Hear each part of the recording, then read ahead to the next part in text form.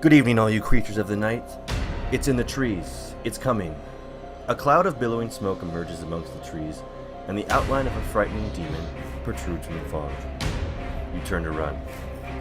Panting and avoiding obstacles, you stumble, trying to lose this beast. In the back of your mind, you want to believe it's all in your head. Yet the precarious warning from a Satanist about this very night being the day of your death echoes in your head. This can't be real. This can't be real. A warm, moist breath hits your neck and a searing pain courses down your spine. This is It Records. Welcome, all you creatures of the night, and welcome back to the podcast of It Records. Thank you for joining us. I'm one of your hosts, Matt Johnson, and I'm joined as always with my magnanimous and charismatic, always charming co-hosts of the show. Thanks guys for being here. You say those words a lot, but I don't know if you think it means what you think it means. What? Charismatic? Ever charming? Why are you arguing against the description? Because I just wanted to quote A Princess Bride. That I think I even misquoted it, I'm pretty sure. If it did, it went right over my head. I missed it. Yeah, it's like muscle memory.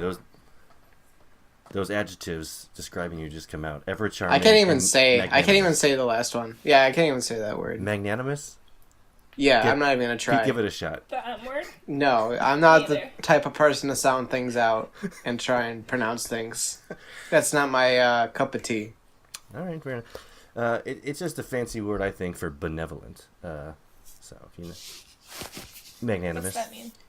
You think it's fancier? You think it's fancier than benevolent? I think people are more familiar with benevolent than magnanimous. Like, people might think magnanimous is like a rock or something. Not everybody. Yeah, it's got magma. Yeah. Oh, like metamorphic. I thought magma, but that makes no sense. Well, I think a metamorphic rock comes from, like, lava and magma.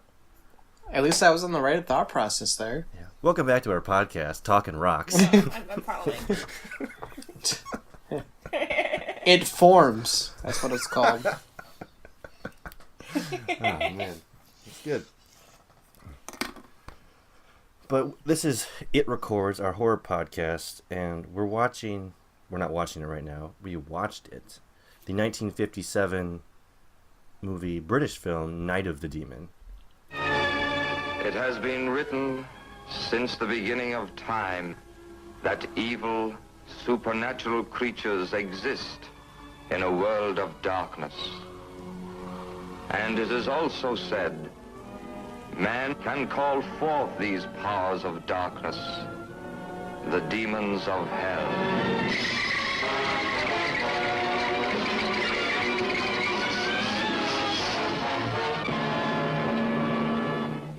It is the night of the demon. And tonight is the night that Dana Andrews, as a daring scientist, defies the mysterious, murderous devil cult in a desperate battle against the demons of hell. Oh, why did you drop the poker? Red hot. It isn't, you know. Oh, my boy, you're as pale as death. There was something in here. He has been chosen. I've been chosen for what? What do you mean? Today I found all the pages of my desk calendar torn out after October the 22nd. I know why. He died on the 22nd. John, what's the matter? The same thing happened to my desk calendar after the 28th. The frightened girl. The master of witchcraft.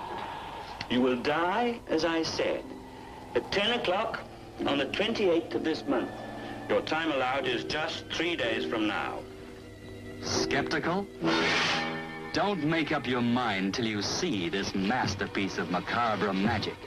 Because, after all, evil supernatural creatures really do exist.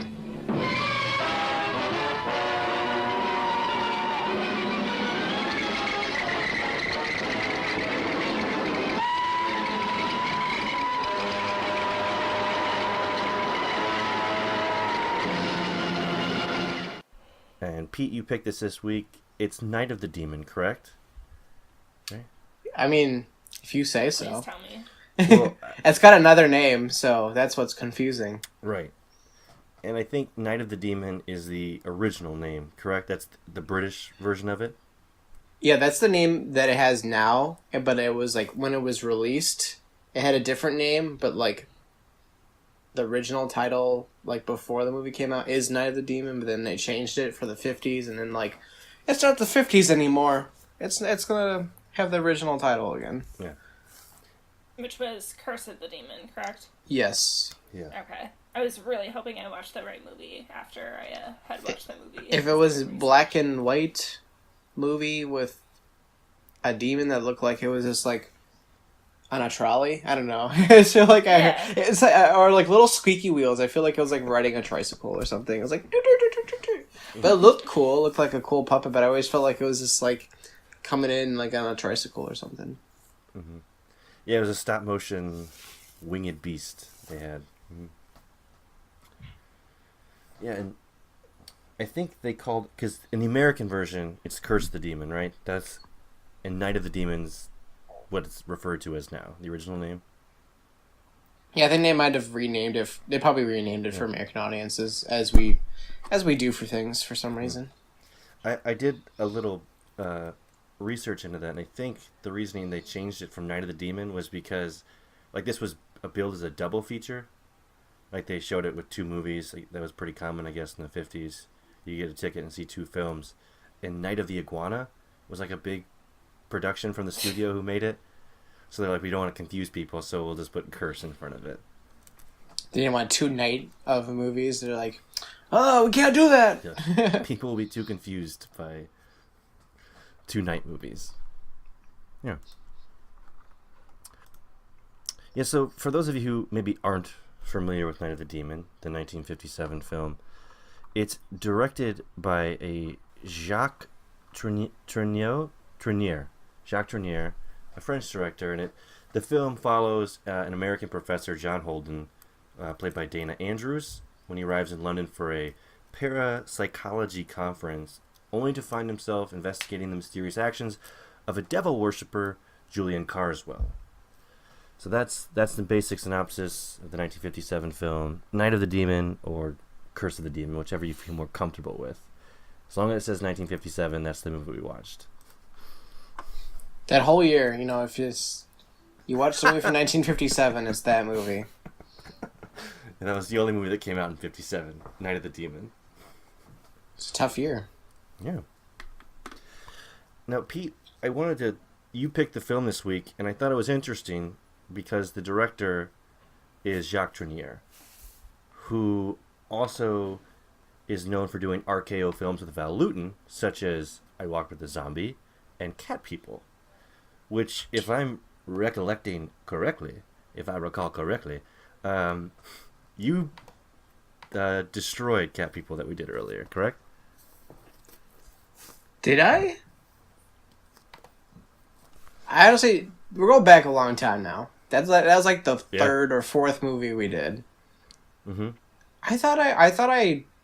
No, I didn't, because I defended for a really long time. I was on a defend streak for a very long time, so I did not destroy it. You did not destroy it. Yeah, the first movie I destroyed was the high school reunion one, I believe. Was it? Okay, it's called Most Likely to Die. Yep. Or our episode, One Killer Reunion, if you're looking to listen to that. Okay, then I stand corrected. I recalled... Were you a huge fan of Cat People, or you had your hesitations with it? I think I had my hesitation. What I did for that one is that I watched that one and the sequel back to back. And I think I said I liked the sequel better. And I think that's what it was. I just shat on the first one a little bit more because I liked the sequel more. Okay. That makes sense. Lindsay, have you seen Cat People, or... I remember seeing Cat People in that horror film class that we had, but that was 4 years ago. So I might as well have not seen it. That's fair. Yeah, it's very fair. Yeah, it's been a minute. I forgot we watched that one in there. I think I watched I Walk with Zombie for a presentation in that class. Really? Yeah. Well, I'm a big Val Lewton fan. I talked about him in an earlier mini episode. I can't believe you guys took that class and I didn't. I know, it would have been perfect for you. Yeah. Pete, we were. It was. Were you guys in the same class too? Yeah. Yeah. Wow. Same class. Just rubbing it in my face even more. Yeah. Hey man, if you'd picked a minor. Mm-hmm. I didn't want to be in school forever. Yeah. Yeah, but you could have been watching horror films with us. It would have been great. Yeah, I mean, I just did that in my spare time. Yeah. Mm-hmm.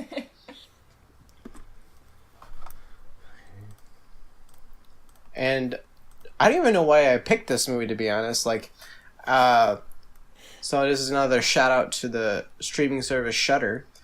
Is that every so often when I look at it, I would see this movie and I'm like, oh, the cover is pretty cool, and it's from the 50s. I haven't seen too many of those movies, and that's the reason why I wanted to watch it, because I haven't seen too many horror movies from the 50s.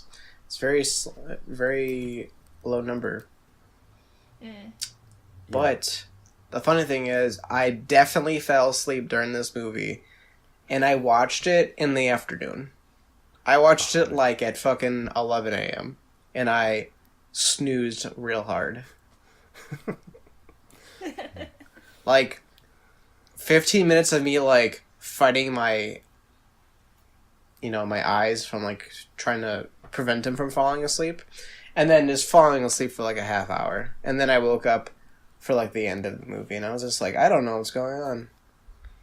Yeah. Was it the slow pacing that might have got you? Yeah. Like, you know, I usually have a pretty high tolerance for, like, stuff like that, but I guess not that day. It just snoozed me, just lulled me to sleep. Mm-hmm.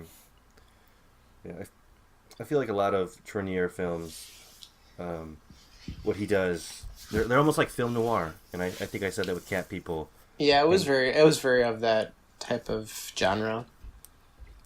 Yeah, where they're black and white, so that lends itself well to the film noir, but it uses a lot of like black and whites and shadows and that slow pacing to sort of build the atmosphere, and they do that. That slow pacing can take a lot of time for that build up, and I could see someone maybe like get on with it already. And this is not a long movie. It's very short. Yeah, it's like 95 minutes, I believe. Yeah, did we all watch the 95-minute version? Like the hour and a half? I think mine was shorter than that, honestly. I think you watched... The 83-minute? Yeah. Did you see Really? Dr. Holden at Stonehenge at all? Yes. Okay. Never mind. Well, I'm trying to think, like, because I watched it on Shudder, so whatever version they had, and I would imagine that they would try and go for. They're the type of service that would go for the like director's cut or the most complete cut. Mm-hmm. I could see them like that being their goal. But I remember it being. I don't remember it being like an hour and a half, but I couldn't. It's also been a while since I watched it. We were delayed for a little bit, but yeah. Mm-hmm. I don't remember it being long, but I also remember it being very long because I fell asleep. Yeah. Yeah, the Night of the Demon is like an hour and 35, and then the American version when they released it, it's like 82 or 83, because they wanted to make it seem like more fast-paced, more intense. But I would assume any version we watch today is the original. I mean, I don't think they would give us the hour and 20-minute movie. Unless like people preferred it, maybe. I don't know. I could see them if you like have like the DVD like they have like both versions possibly on the DVD. I could see that happening. Yeah, and speaking of the DVD, I thought I did some research, and the DVD. Let me see. Yeah, the DVD of this movie didn't come out until 2010, which seems my god. Wow. Seems really late for a release. And the VHS didn't come out till like almost the 90s. So it was just basically I don't know if you could find it on the internet, but the internet wasn't big then, so just trying to find it playing somewhere. That's wild. Yeah. Well, I think we can talk about the plot a little bit, just so people can get some understanding of what this movie is. I don't think we mentioned, though, it's also based off a book called Casting of the Ruins, correct? Yeah, so it's based off this, loosely based off this book, and it centers around Mr. Holden, Dr. Holden, who's a psychologist, who's essentially a skeptic of anything that's paranormal. The whole theme of this movie, and our first scene is meeting this Mr. Carswell fellow, who is, I don't know if he's a doctor, but he seems like a rich mansion type guy, and he seems to have some sort of a cult, some Satanist book that he can call spirits from the realm, or demons, if you will. And Dr. Harrington is saying he's going to expose him, who's a character we just meet at the beginning of the film. And shortly then after, Dr. Harrington leaves Mr. Carswell and is killed by a demon who emerges from the fog. And then opening credits, Night of the Demon. Which that opening scene, which has Dr. Harrington being killed by the demon, he was ripped to shreds, police say it was electrocution, yada yada yada. Which he was being electrocuted, but did not die. He was like on top of his car, and his like those power lines were going to town, but he wasn't. He was like, I'm still fucking alive, and then he just ripped to shreds by that monster. We don't see any of that, but I think he was ripped to shreds. Yeah, we're led to I'll go with that. believe that. Mm-hmm.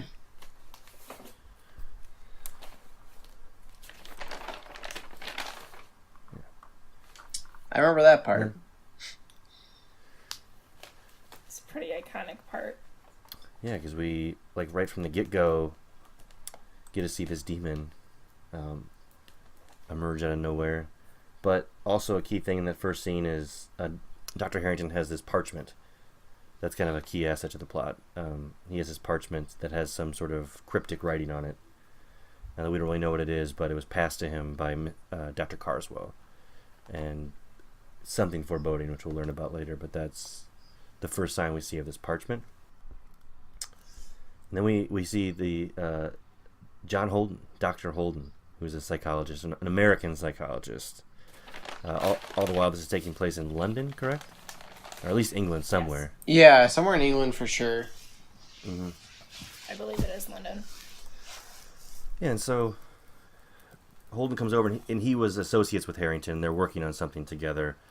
And so he's basically coming over for the funeral, I believe, of Dr. Harrington, correct? Yeah. Yeah. Mm-hmm.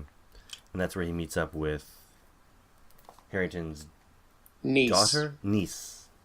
Which I thought was weird. Yeah? It was a weird relationship. Like, one Holden with a niece, I guess that's okay, because of course you can have a love interest. But the fact that she's like, I loved my uncle. I was like, really? Yeah, she was pretty spirited about it. like it was her father's. Maybe he raised her. I don't know. But yeah, we don't have too much background. it was a very strong reaction for an uncle, if I may say so. No, it definitely seems like that. It's, as Lindsay said, you don't really get a backstory into them at all. We just meet her at the funeral. And I think Holden's like, does Holden call her out? Or it's like very abrupt, where it's like, oh, you're so-and-so. And they're like, all right, let's work together. And they kind of... Yeah. Yeah, I think it... Yeah? Yeah, that's what I think I was like, after that part is when I was starting to doze. Yeah. Mm-hmm. Like, my little eyelids were just like, oh, they're getting real heavy. Yeah. So maybe you could fill me in on what happened, because I didn't bother rewinding. I just like, after I woke, I think I want to say that, like, I watched it for 15 minutes, fought trying to fall asleep for 10 minutes. And I want to say I fell asleep for a solid half hour. And then I watched the rest of the movie. That's what I want to say happened. And I woke up at the part where they, like, woke up a guy from a trance. Oh, okay. And then... That's when I say I want to woke up. Because I remember that part pretty vividly. It's a pretty pivotal point to wake up, so I'm glad to hear that. I think someone was, like, screaming, and I was like, what the hell is going on? I was just, really dazed and confused. So, and you fell asleep during, like, right after that funeral scene, you saying? I Maybe. think when we met the guy that was giving out the parchment paper. Dr. Carswell? Yeah, I remember him being a clown, but I feel like that was later in the movie. It's a little bit later, but pretty close. I think what happens... I remember that part.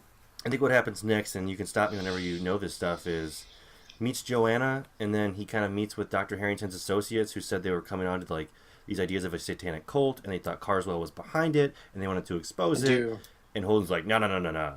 It's science. Science is everything. Supernatural stuff is wonky. And that's his character. It's malarkey. Yeah. So you saw that scene? I did see that scene. And then I believe Holden wants to do some research, goes to the British Museum, library, whatever, to find this book on satanic cults. I forget the exact name. I think that's where I fell asleep, because I kind of remember that part. Mm-hmm.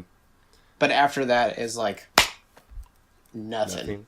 Well, that point is kind of pivotal in the storyline, because they don't have the copy of the book that he's really looking for, and he meets Carswell. Carswell shows up, and he knows Holden's name, and he kind of is almost, I feel like, admitting that he has connections with this other realm, and Holden's like, no, you're just making stuff up, and Carswell passes on a parchment to him. That's kind of key. He secretly passes on a parchment to Holden that eventually will say, in 3 days you're going to die. So that happens in that library scene. Yeah, I got that he gave him the parchment paper, and I knew that was no good. Mm-hmm. But I think, like, that's, like, at that part I was just like, oh man, getting pretty tired here. Yeah. So, as someone who fell asleep, how were you guys reacting to this movie? Were you guys engaged?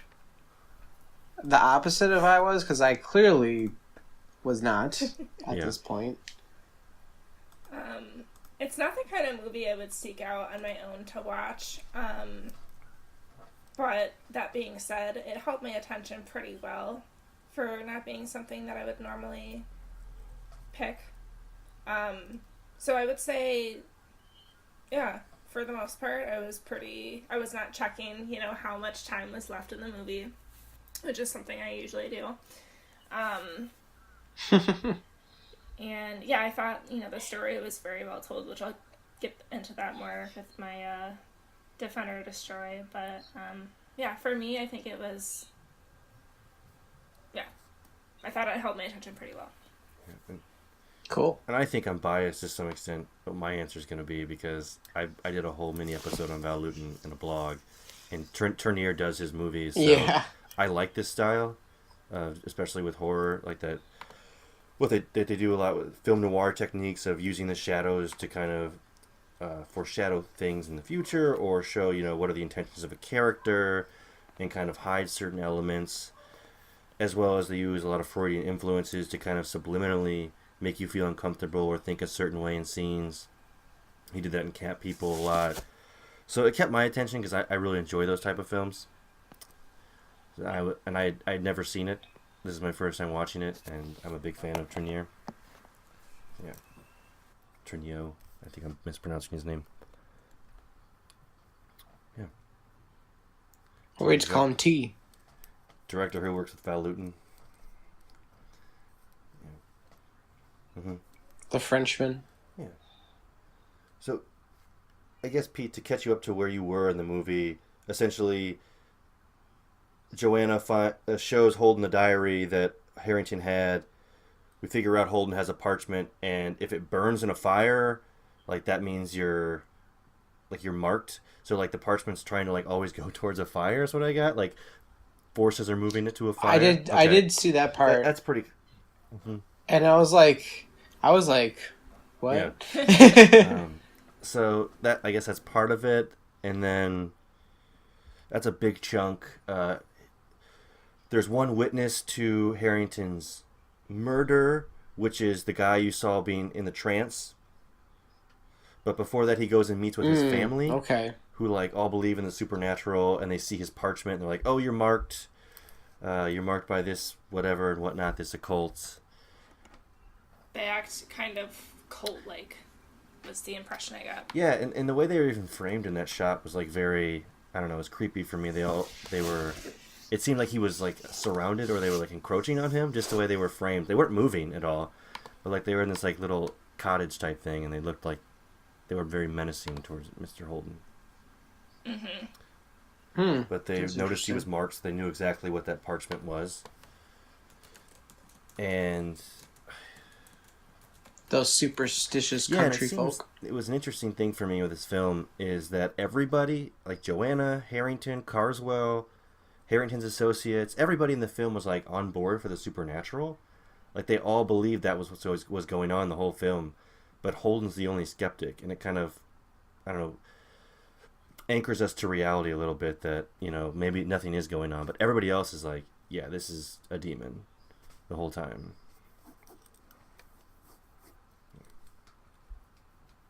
It's a real Mulder and Scully moment. Mm-hmm. Exactly. Okay.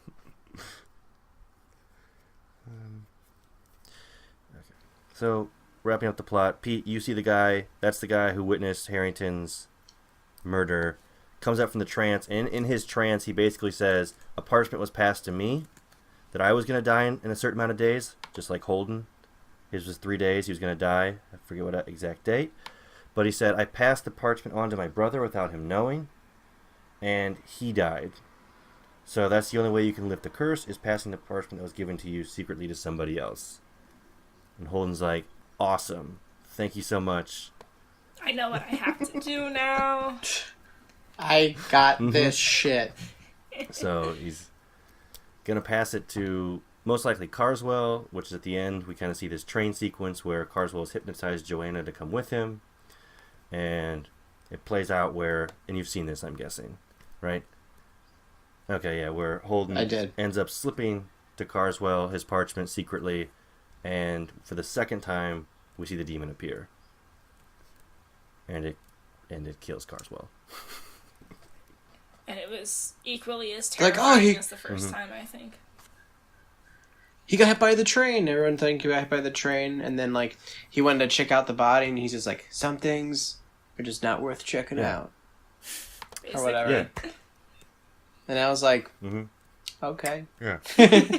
Well, I think that was supposed to be like his character arc of everything has a reason, and everything is, you know, can be found in science or psychology. And he started to walk over there to like check it out, and then he backed away, and he was like, you know what? Let's not check it out, because I think it was him saying, you know what, maybe I'm going to believe in some of this superstitious stuff. Like, I kind of buy into it. Even though he never saw the demon, correct? I don't think he that's did. why that line kind of has a significance.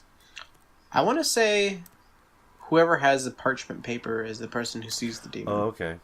Oh, I think sounds It's about invisible to everybody else. That's what I want to say, because like I feel like the cops would have said something. To say like, it was the train. That makes sense.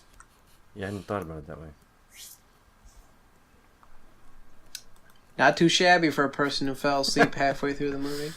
Yeah, you got some good points, Pete. You bring it. Yeah. My the lint in my eye. No, what is it in your eye? Sand in my eye. Sandman, whatever. Makes you tired. I was just rubbing it off. Yeah. I was like, "What is that? Is that a demon?"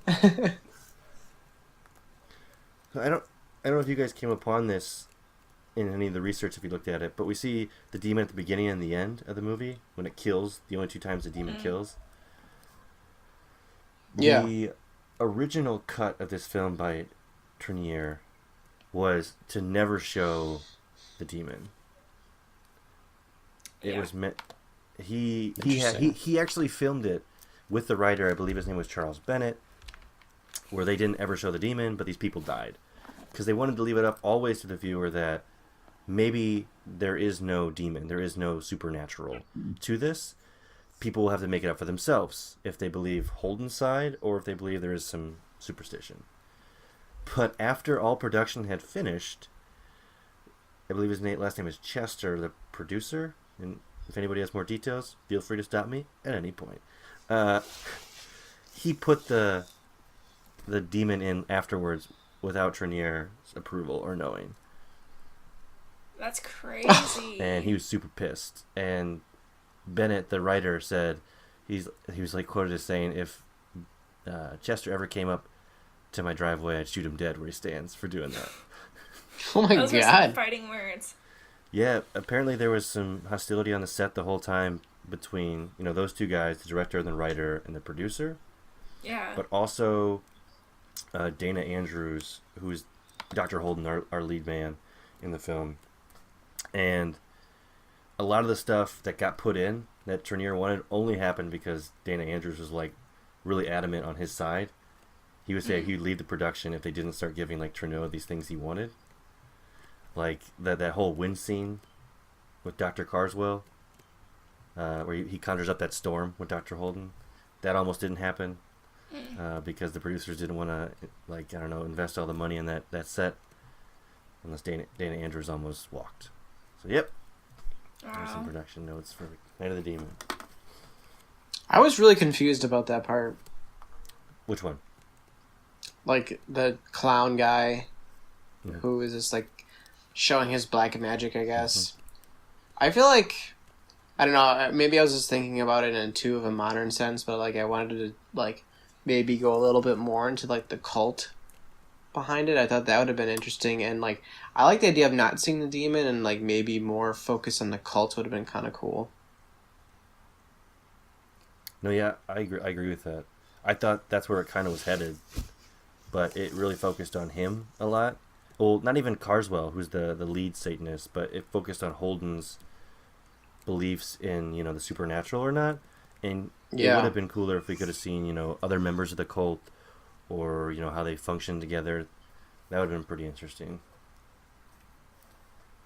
Because I feel like if you... What were you going to say? Oh, I was saying, I feel like that's kind of how it was marketed or billed when I was, like, reading the synopsis. I feel like it would just... It would fit well with the story, too. Like, I don't know, maybe just, like, they didn't really do that in the 50s, and maybe it's just, like, a little too soon. Kind of seems more like an 80s thing to do, maybe. More focused on the cult, but I feel like it would be a more interesting story if they, like, took out the demon. Even though he looked cool, I liked how he looked, but the fact that he was only in the beginning and the end, he didn't really, like, add much to the story.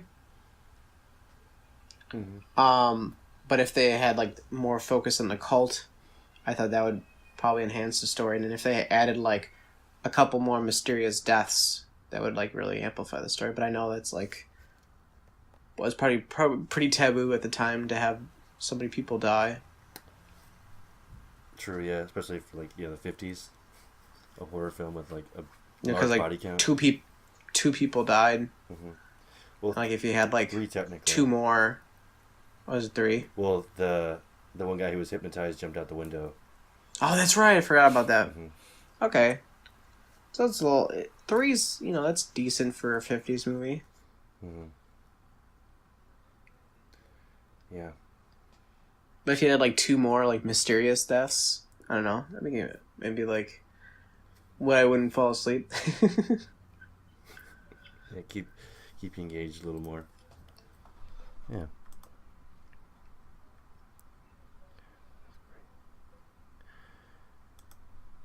But other than that, I don't really have much to say about it since I saw maybe a collective of 40 minutes. And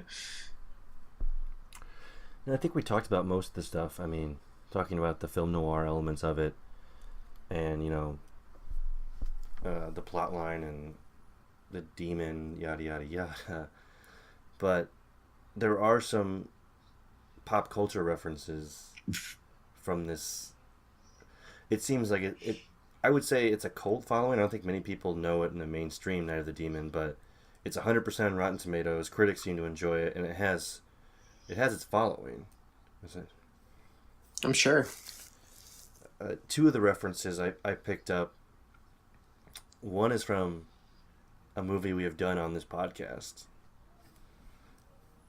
They reference something from this movie. And I only knew that after doing some extensive research on this film. I did not pick up on it during our viewing of the... I'm trying to think what we did that came out before this, and it's Cat People is the only other thing that's coming to mind. It's after this film. So it's after this. Yeah, some other movie used a reference from this film.